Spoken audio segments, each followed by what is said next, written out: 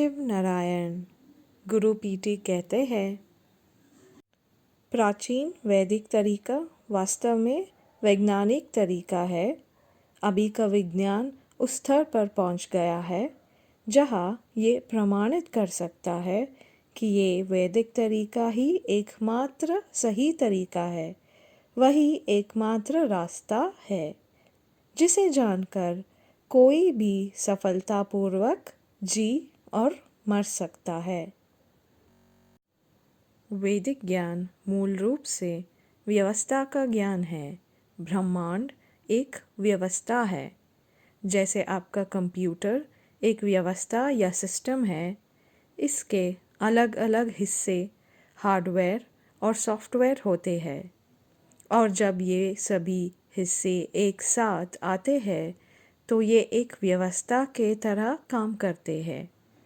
तभी हम अभी इतने दूर बैठे भी एक दूसरे को देख सकते हैं, क्योंकि ये कंप्यूटर एक व्यवस्था या सिस्टम जो काम कर रहा है। इसी प्रकार ये समस्त ब्रह्मांड एक व्यवस्था है और इस व्यवस्था का ज्ञान ही वैदिक ज्ञान है। हम ब्रह्मांड के अवधारणा के बारे में जानते हैं। हम इस निर्माण में रहते हैं। हम इस वातावरण को जानते हैं। हम इसे पृथ्वी कहते हैं। हमारे चारों ओर ये 5 तत्व है। हम जिस ब्रह्मांड में रहते हैं, इसको नियंत्रित करने के कुछ कानून हैं। यहाँ के प्रकृति के कुछ नियम हैं जो इसे नियंत्रित करते हैं। इन नियमों के ज्ञान मूलतः वैदिक है, ना कि मानव निर्मित या पृथ्वी पर अलग अलग देशों के अलग अलग स्थानों पर जो नियम कानून हैं, बल्कि इस ब्रह्मांड के जो वास्तविक नियम हैं, जो वास्तविक कानून हैं, वो वैदिक है। वही है वैदिक ज्ञान। जैसे अगर इंग्लैंड का कोई व्यक्ति जो सड़क के बाईं ओर ड्राइविंग करता है, यूरोप जाता है और ये नहीं जानता कि वहाँ दाहिने ओर ड्राइविंग है और वह सड़क पर बाईं ओर ड्राइविंग करता है, तो क्या होगा? उसकी टक्कर होगी, दुर्घटना होगी, और दुर्घटना के बाद क्या होगा? उसे दर्द होगा, समस्याएं होंगी। इसी तरह अगर कोई जीवी इस निर्माण के नियमों के बारे में नहीं जानता है, तो उसके साथ दुर्घटना होगी, दर्द होगा और समस्याएं होगी। तो ऐसा तब होता है जब आप वैदिक कानून के बारे में नहीं जानते हैं और इसे खोजने की कोशिश भी नहीं करते हैं। आयुर्वेद को वैदिक ज्ञान की एक विशेष शाखा कहा जाता है।